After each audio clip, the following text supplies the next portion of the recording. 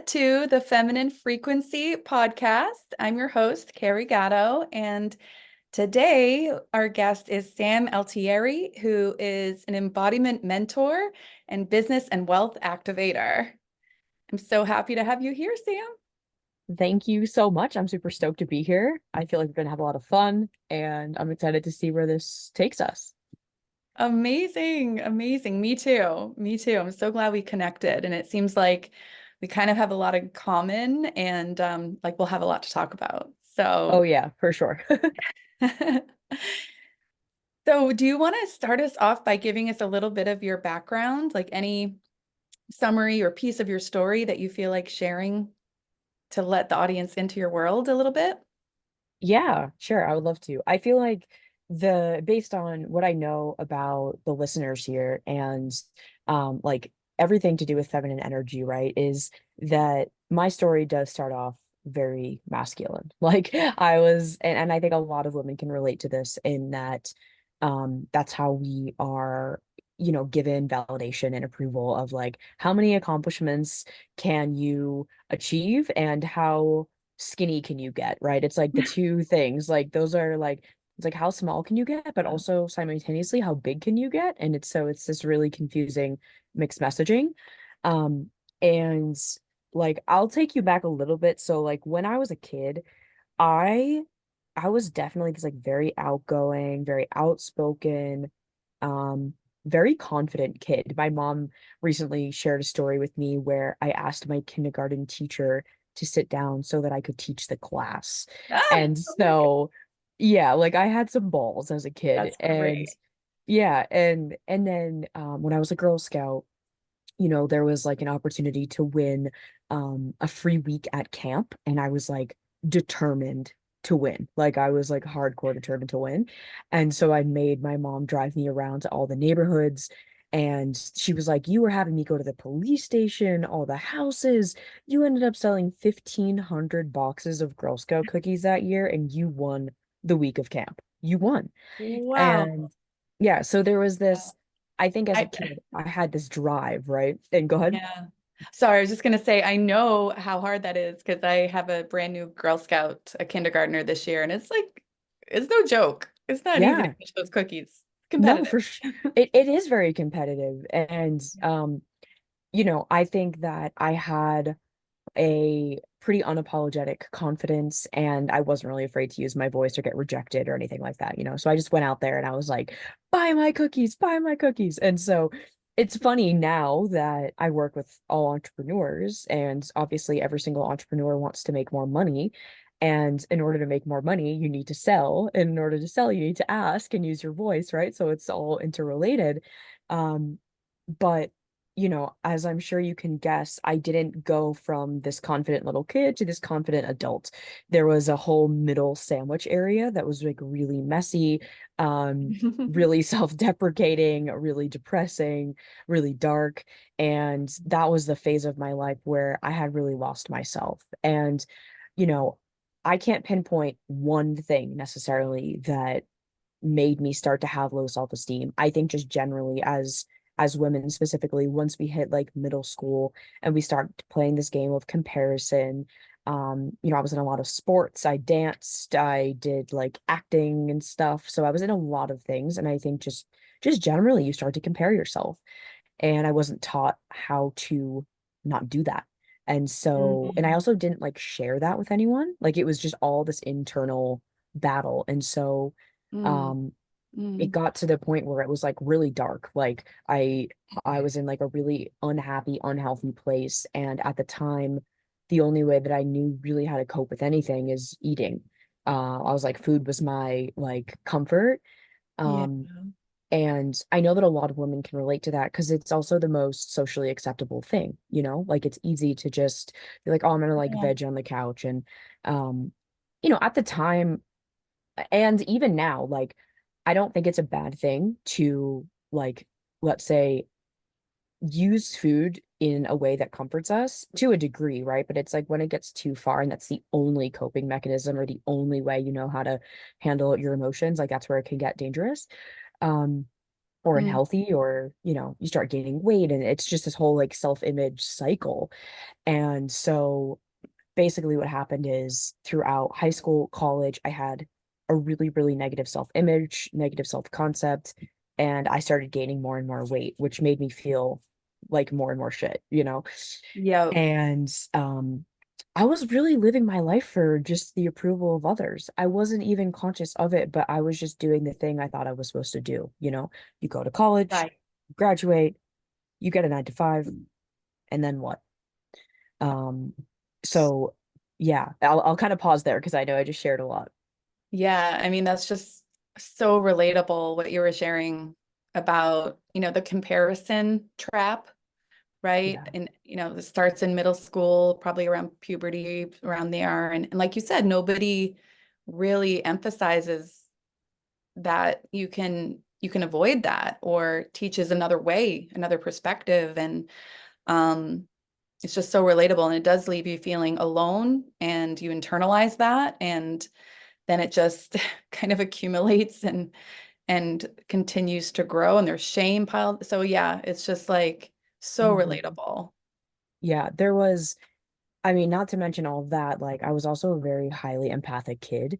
I was very sensitive, and I had no idea how to manage my emotions. And truthfully, I didn't have a role model for that because my mom didn't know how to do that either.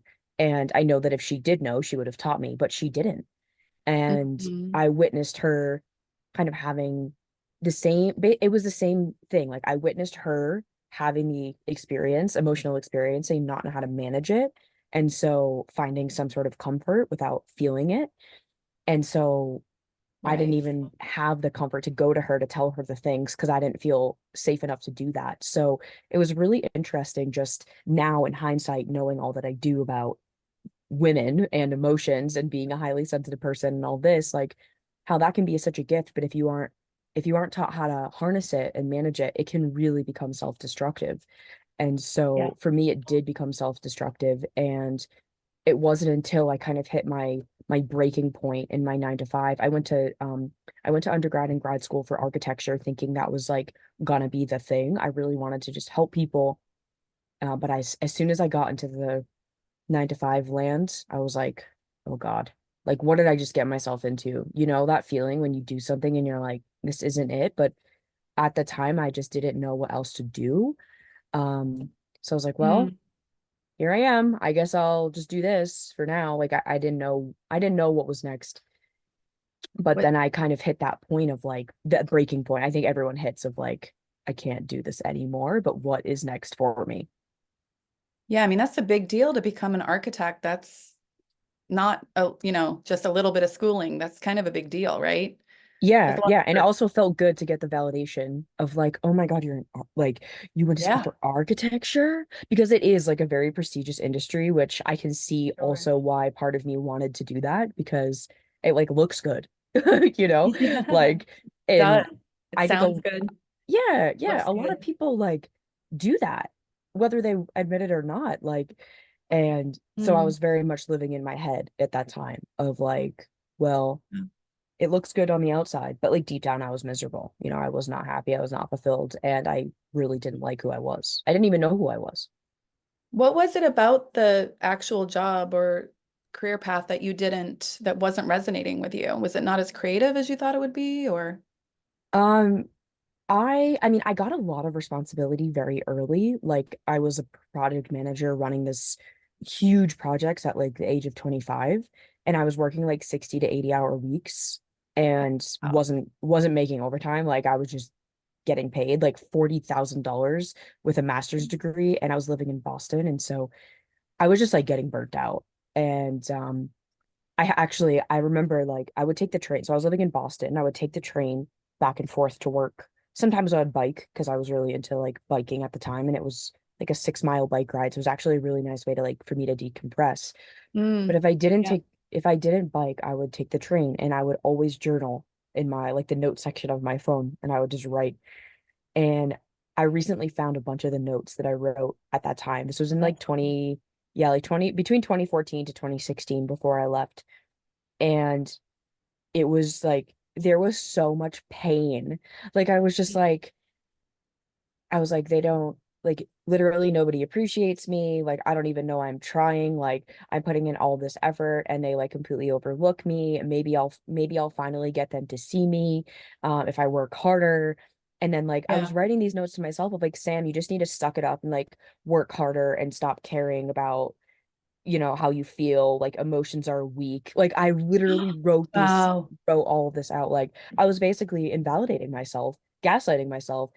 And I Yeah. was like, oh my God, like my heart like hurts for that version of me who just wanted to just give my soul away to anyone. Like didn't have the self-worth, the self-respect. I didn't value myself, my energy, my time. And I didn't recognize that they were the problem, not me. Like I turned everything in on me, like, see Right. what's wrong with me. I can't get them to see me as the leader I want, whatever. When in reality, they were totally abusing the fact that I was straight out of college, a new graduate, and I would take any Hmm. job. And so I'm like, Yeah. damn. And I kept seeing all these people leaving the firm. It was a small firm. It was only like 6 to 8 of us, and everyone would just leave. I'm like, I started to recognize, like, why is everyone leaving? Like, oh, and a few years in, I was like, I know why everyone's leaving, for the exact reason that I'm gonna leave. Yeah, it's not just me. Yeah, yeah, yeah, Mm. Wow. Well, I mean, that's amazing to have those notes from that former version of you and just see like how far you've come and how much you've grown, and like you said, just really feel compassion yeah, for who you were at that time. Just totally.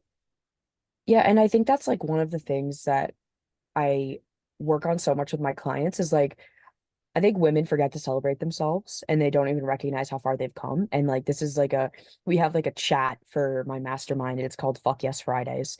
And it's literally a place to celebrate, not just on Friday, but all the time. And I'm like, yeah, I'm like, yeah, when you actually recognize how far you have come, you will take different actions and your life will radically change. And that's really, at least in my business in the last few years, that's been responsible for so much radical growth is seeing myself and really reflecting. And when I saw those notes, I was like, there's a part of me that's like, I can't even believe I wrote that. I can't even believe that is who I was because I am so far away from that version of me. And it wasn't that long ago. And it's kind of mm, wild how much growth you can have in yeah, such a short amount of time when you have the right tools and mentorship and support and all the things. Like, yeah. really wild. Definitely. Yes. I love that you said about celebrating everything, like how far you've come, because I'm such a believer in that too. Like we tend to just keep pushing ourselves and like just skip over the part where we actually acknowledge our wins and our accomplishments and our growth. And yet, like, just shining a light on those wins, even small ones, big or small, it's like the success compounds, right? The Yeah, more you totally. kind of focus on it, the more you're gathering evidence of what what you are, who you are, what you can do, how much you can grow and succeed. And so you just compound that. And if you fail and make a mistake, that's a lesson. That's Yeah. not anything about you, but let's just keep like focusing on those wins so Yeah. that we can create more awesomeness. Totally. Yeah, I think that's been like a huge um part of what has gotten me from kind of being in that job that I didn't like to finding what I loved, letting that carry me, my intuition just like telling me where to go, to building what I've built today and completely transforming my whole life has been just building and cultivating the abundance mindset of like choosing what to focus on. And like, yeah, of course, there's going to be shit that happens, but if that's going to be the thing you focus on, it magnifies, then that's going to be your dominant vibration. That's going to be your dominant way of showing up and operating. And so I think just like as you grow as an entrepreneur, as a woman, it's like it's up to you to decide what you want to focus on.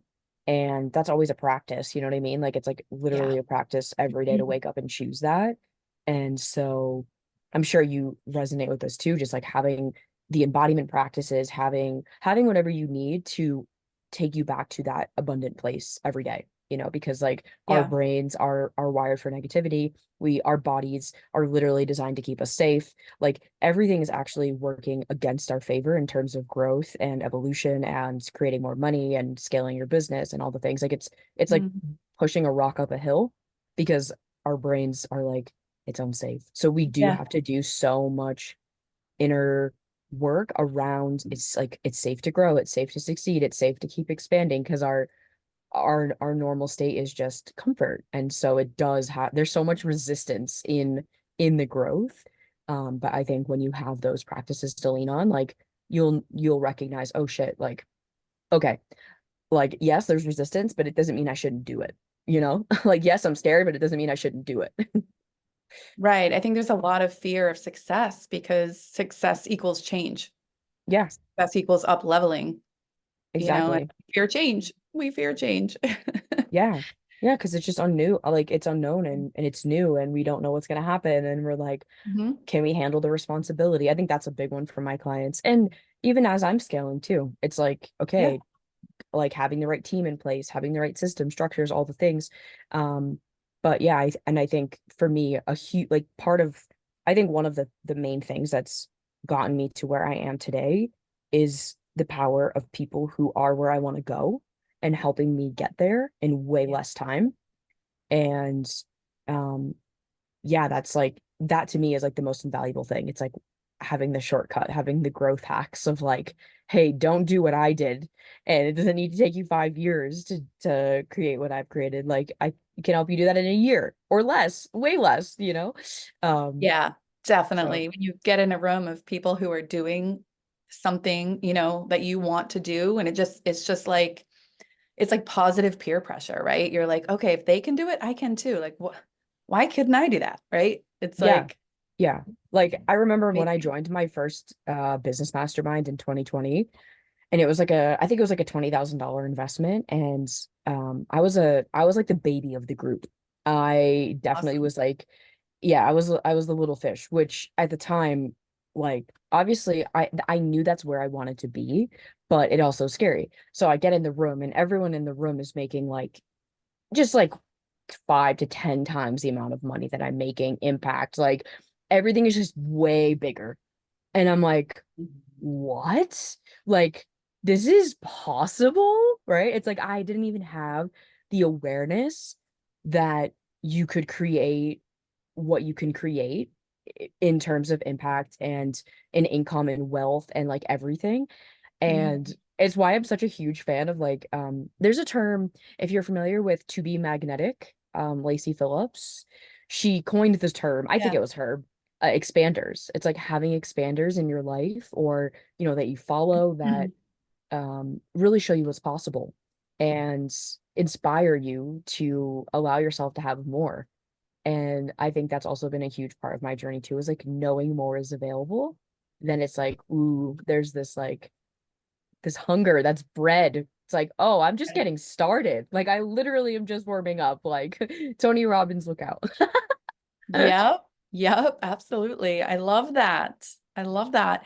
And I know our topic or our theme for today's chat was playing big, right? Dreaming Mm, big, playing big, and dropping people pleasing and fear of expanding, fear of growth, really leaning into your potential. So that's an amazing tip. That's huge. yeah. Yeah, I would say like just for everyone listening, like in terms of like I love to give like practical pieces that people could take away because like I Mm, love sharing my story and stuff. And I also like to give like, hey, like there's some things you can do, because I was like a total people pleaser. I was, as mhm. you've heard, like I was like, I want to fit in at all costs. I don't want to make anyone upset. I do not want to have any hard conversations or confrontation and like, and Yeah. like it was cute, but it's not gonna it doesn't work. Like it's like that's not gonna get you where you want to go.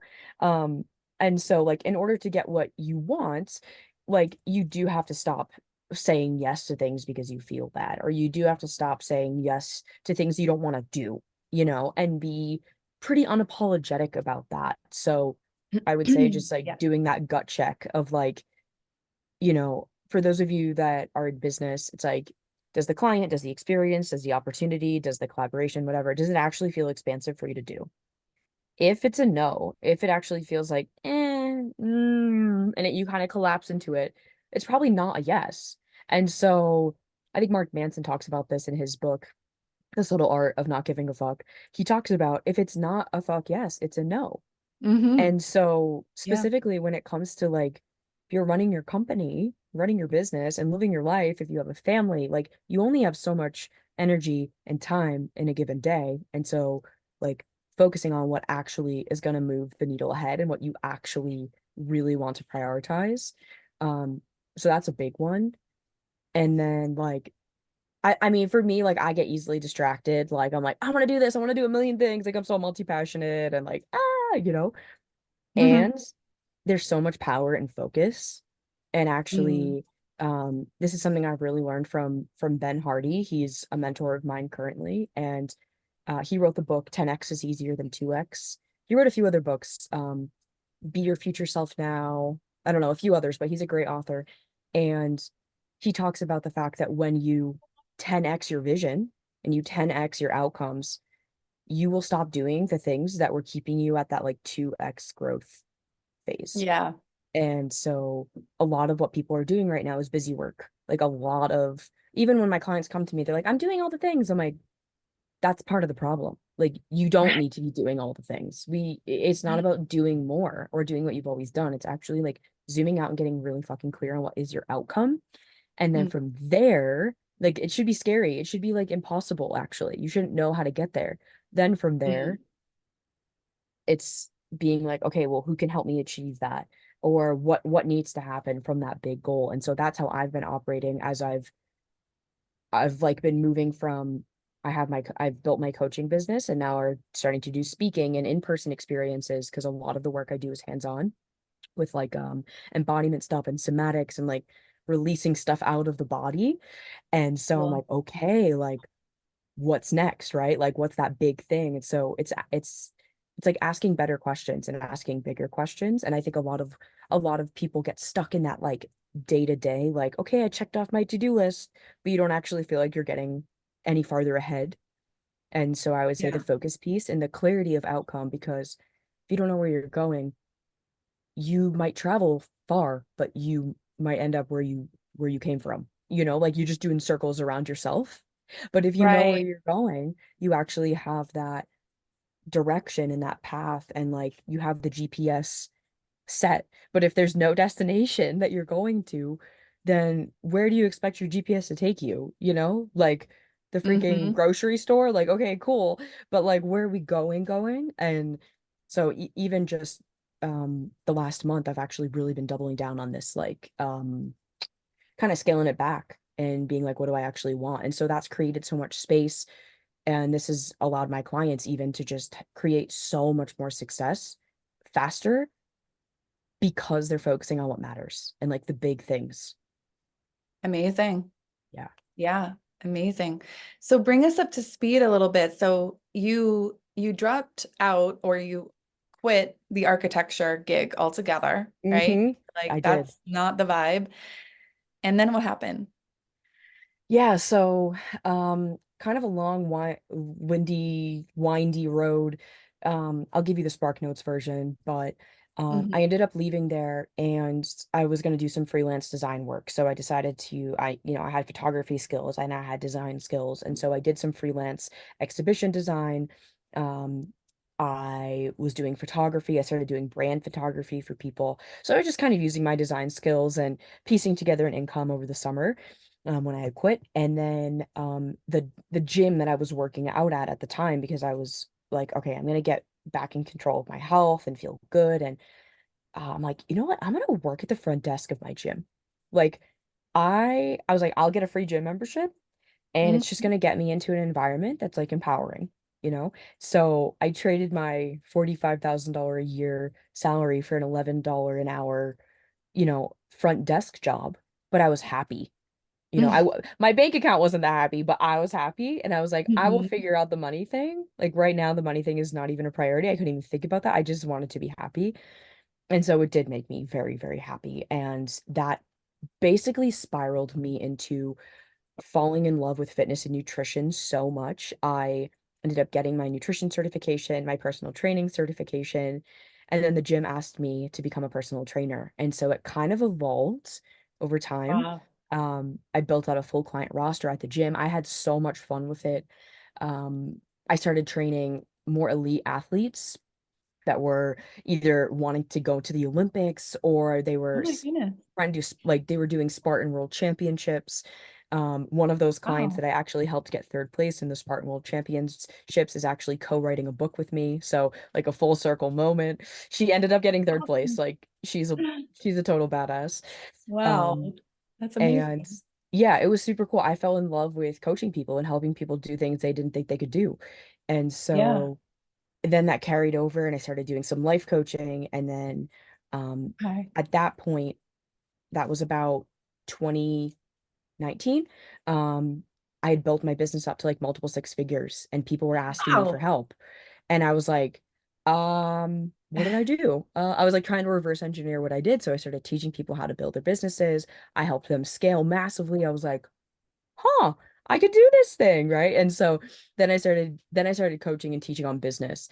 And yeah, then that brought basically brings me to today, which um I'm also a psychic channel. That's a new discovery in the past 9 months. And so I'm able to kind of like channel for my clients, help them, give them, I mean, everything, like kind of I don't want to say shortcut, but I am able to channel all the things for them so they can come to me. I can channel copy or branding or help them with an offering or whatever I see for them. Um, Okay, how and did you so, find out yeah. your psychic channel? You're like, what? Um, so I it's kind of wild. I think I've had the skill for a very long time. I just didn't know what it was. Mm, And even when I was teaching fitness and nutrition, like I would have a client that would come to me and she'd be like binge eating and she wouldn't be able to stop. And she would be this case where she's like, I've gone to every doctor, I've gone to every person, I can't stop. And can you help me? And I was like, yeah, I can help you. I didn't know how I would be able to help her, but I knew that I could. And so like without fail, I could help basically anyone break any pattern. And what I realized is like I I have this ability, like if a client comes to me with anything, it could be binge eating, but most of my clients come to me for business and money now. It could be anything. I can actually help them either uncover whether it's a belief, it's something with like inner child stuff, something with their mom, with their dad, something that's holding them back in present day self that's mm, showing up as a pattern. It could be like I can't hold my money. I make money, but I spend it all, or I can't make money, or um I want to grow, but I'm blocking myself. What am I doing? Right. And so I'm able to see what is the blockage or what is the thing that needs to get released because like 90% of business is inner work, it's like belief right. system. It's so much about the human running the company, not really the business. It's just the problems will show up in the business. Mm, So yeah, it was this like evolving journey. And then I worked with a lot of healers over the past few years, and a lot of them told me like I was very spiritually gifted. And I felt that. Like I didn't know what that meant, but I felt that. And then do you know Abraham Hicks? oh yeah. Yeah, so fucking love her or them, Him. whatever. Yeah. Yeah, and I saw Esther in person last year in Boston, and Cool.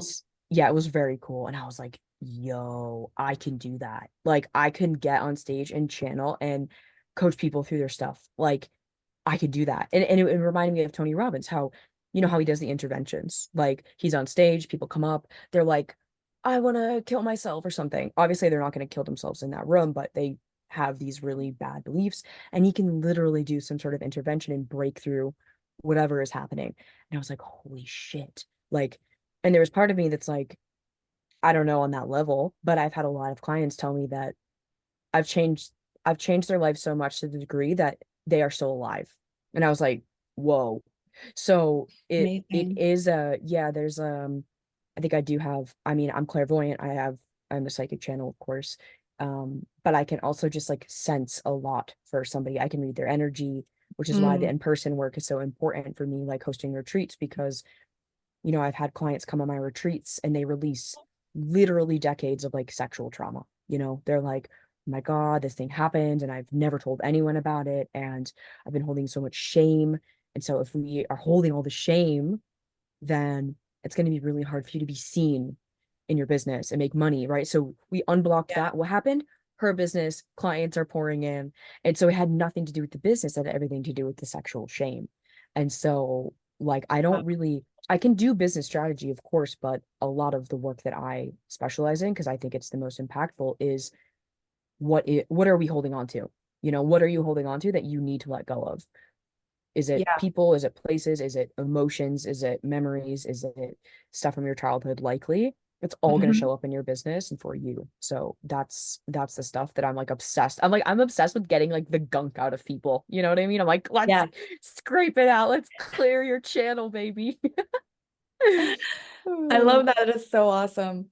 Yeah, Would you say that a lot of times it's like a story that they're kind of telling themselves based on whatever it might be, like a past belief or a current belief or something that happened?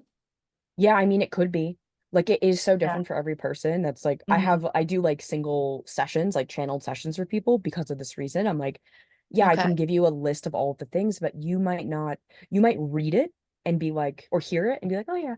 But until I say it to you or present it to you in a certain way, Right. you'll like register as like, oh my God, that does feel true. So Right. I'll give you an example. Like I have a client who she is a naturopathic doctor and a health coach. And she was having a really hard time seeing herself as an expert. And I was like, do you know how many health coaches do not have the letters MD at the end of their name? Like, can we just first of all talk about the fact that you're a legitimate doctor, okay? And she was kind of laughing. And we were both like laughing at it. And I was like, oh, I see what's happening. Mhm. The lack of money in your business is nothing to do with your business. It has everything to do with you not seeing yourself. And so we have to change your self-image so you can see how valuable the work you do is, so that you can fully be behind whatever your prices are and whatever your packages are. Because she was having some money issues of like feeling like I want to raise my rates, but I don't really feel like I can, or I don't feel good enough, or like I don't feel desert. Like there was a lot of like worthiness and also just like who am I to, imposter syndrome. And so I Mhm. flipped it. We uncovered the root of that as like a childhood thing. And then we found, oh, okay, there's like a self-image disconnect. Like there's an incongruence of like who you are and who you actually are and how you see yourself. So we have to get those two things congruent. And then she's so much more in her power. And then her business explodes. So it's something like Yeah. that. And it could be anything. It could be around power. I've had clients that are afraid of their own power. We uncover why that is. We uncover what they're afraid of. And so it's kind of this deep unraveling of like, let's So clear all this interesting. shit away so that you can just succeed without the fear and without the blocking yourself. Because I think everyone feels that knowingness of like, I have so much potential. I have so much potential in me. And it's usually that stuff, the kind of icky subconscious things that you aren't even like they're subconscious for a reason. They're keeping you Right. safe, but we have to bring those up. And so I am like kind of a Jedi at figuring out what those things are so Yeah. that we can bust through the next level, whatever that is. Amazing. Yeah, Now, I love your story. I love how you kind of went into the personal training, and it sounds like you got back your confidence during that time in your life. Is that totally. to say? Yes. Yeah. Yeah. And so how did you personally leave the people pleasing behind and really start to understand that you needed to listen to your gut and listen to your yes? I think it was from so many times not listening to my gut and just being like, fuck, why didn't I do that? You know what I mean? Like, I think at Yeah. a certain point you just realize like you have one life. And how are you going to live it? Are you going to live it according to other people's perceptions and judgments and whatever of you? Or are you just going to live fucking life for you and say, I'm not going to let the fear of criticism, the fear of judgment, the fear of rejection stop me from doing Mhm. what I'm here to do? And I think that requires people to get out of their ego, which usually all that stuff is rooted in, and come back to their truth, which is their mission. And I think when you make your mission bigger than your fear, you show up anyway. Like I do feel like I'm here to do very, very big things. So I'm not gonna let someone's judgments about me in any capacity stop me because I know what I'm here to Right. do. So I think Right. just surrendering to the overall mission, it lets the ego go. It lets the fear stuff kind of just be way smaller than the why. Yeah. Something that really resonated with me recently was someone said that when people judge you for changing or like, you know, kind of see you a certain way if because you're changing, it's because they're afraid to change. They're really Mm, judging themselves, right? They're really and yeah, that's the case for any kind of judgment, right? It's just it's a projection. totally. But that just some for some reason really landed with me because I think when we're Yeah. talking about like fear of being seen, fear of being visible, a lot of times it's like, well, if I change or if I do, something different or if I become a bigger version of myself, what will people think, And some people won't like it, right? Some people will say, what is she doing? Why is she changing? Why is she different? And that's because they're afraid of changing or they haven't found a way to change. Totally. Yeah, I think it's that, and I also think it's self-imposed. Like I think that a lot of people's fear of judgment is actually their own, they're scared of their own judgment. And Yeah. like, yes, other people may be judging them, but most times people are just judging themselves and they're using other people as a mirror for their own judgment. And so for me, when I was like, okay, I'm going bigger, way bigger, I had already owned the part of me that was like, who does she think she is? Which is a huge fear for a lot of women of like, what are they gonna think? Like, what if like are they gonna think I'm like full of myself? When you actually own that part and you're like, so what? I hope I am full of myself because actually that's the only way I'm gonna change this planet if I'm full of myself. And what that means is like you are fully yourself. Not like this egotistical, I'm the best and you suck. No, it's like, no, I just decided I'm here to take up massive amounts of space and do work. And it's just you as the human having to accept that part of you. It's not a bad part, it's just a part. And bringing that part back online, normalizing it, loving it, letting it exist. Most people aren't judging you. They're actually excited for you and they're expanded by you. And they might be activated or triggered by you. But guess what? It's showing them a place where they haven't yet fully owned who they are, you know? And so Right, um, I think right. that's part of it too, is like what we judge in others is obviously what we judge in ourselves, but what we think other people are judging us for, we are judging about ourselves. And that's the like kind of mind fuck. Yeah, it totally is. Everything is a mirror, and Yeah, yeah. everyone is a mirror. And when you like walk around like that in life, you're like, okay, we don't even need to go to the circus. Like, we don't need to go to that mirror room because that's like Yeah, actually what life is. yeah, totally. It's like when you go to the changing rooms and they have the two opposite mirrors, there's just like Yes. infinite Yes, reflection. infinite use. You're like, oh, I've seen this before in my mind. Oh my gosh. So we've touched on like a lot of things like people pleasing, fear of being seen, of being judged. Yeah. What else do you think keeps people from, living their biggest lives? Because I think when, you step into the coaching world or you start doing any kind of this mindset work for yourself and you're on your own healing journey, you really start to notice that like most people don't go for their dreams. They kind Yeah. of just sort of settle. And you mentioned before the comfort zone, and that's a huge piece. But I wondered if anything else is something that you would mention is a reason that you see that people are kind of like staying small. Yeah, I would say two things come up immediately. One is environment, because if you are around people that aren't doing big things, just by osmosis, it's kind of like that crabs in the bucket analogy. Like you will get pulled down because it's really hard to sustain the bigness when you're not in a group. And so you asked me the question of like, how did you left architecture, became a personal trainer, nutrition coach, and now I'm here. I've built a more than $1 million company. How did you do that? Well, I've never not been in some sort of room. Like, and that truly has been, I believe, the secret. It's like I have constantly, no matter what, kept myself immersed, whether it was in a mastermind or a group experience, to a higher standard. Because if not, Mhm. like you just sink back. And I remember I went through a phase Yeah. of like, okay, I'm going to take a break from like mentorship and coaching and any of that and just do my own thing. That year was the worst year I've ever had in my business since I started, since I knew Mm, like nothing about building a business. It was really bad. I didn't have support. I didn't have guidance. I didn't have somewhere I could lean in when things weren't going as I thought. I didn't I had no safe space to share, and so I just was holding all of it. And it was that if I had to I don't have many regrets, but that is something that I'm like, damn.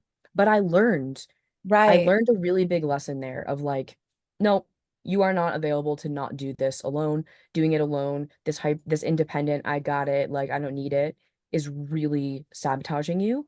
And so the Yeah. next year, 3x the business, the next year, 3x the business again by being in another big room. And Wow. so I think finding that Powerful. person that you can feel safe to be your full self with, that loves you, that sees you, that calls you higher and holds you in your power. Like that's what I do for my clients. And I am always looking for people to help me do that even more for me. So I would say that environment. I mean, your husband is not going to get your fucking crazy idea unless he's an Right. entrepreneur and is also pursuing the same thing. Just he won't.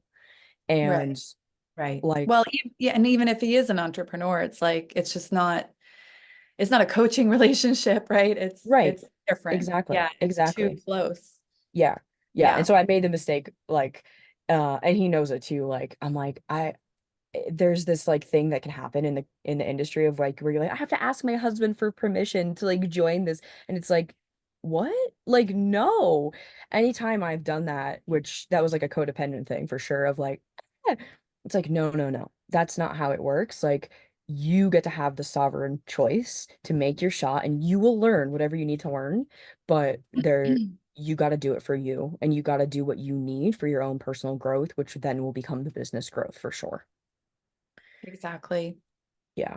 Um, and then the other thing, so I don't forget, is voice. I feel like having a voice, using your voice, activating your voice has actually, I mean, it's like without that, without your voice, it's gonna be really hard for you to grow as a person, scale your business, all the things. And even in the past week, my voice has created not just so much money, because like I know that a lot of women want to make money and create wealth and all of that, but like have gotten me what I wanted, created opportunities, like just like taking up the space and just being like, nope, I'm gonna ask this, I'm gonna call my shot. And the more balls you can get with using your voice, the more you're gonna get what you want. But like Abraham Hicks, it's like ask and you shall receive. You can't receive unless you ask. So um, and a lot of women do have issues around using their voice and blocks around feeling sleazy when selling, or, it's like we have to clear that stuff too. We have to actually get you excited about selling and talking about your offerings and all of that so that it feels good to do it. So I would say voice is probably the last piece. Oh yeah, that's so true. I feel like if you're an entrepreneur, your voice is your brand. Yes, 1,000,000%. It's how people can feel you and sense Yeah, your energy and your message. So it's so important. And I agree, it's challenging as well.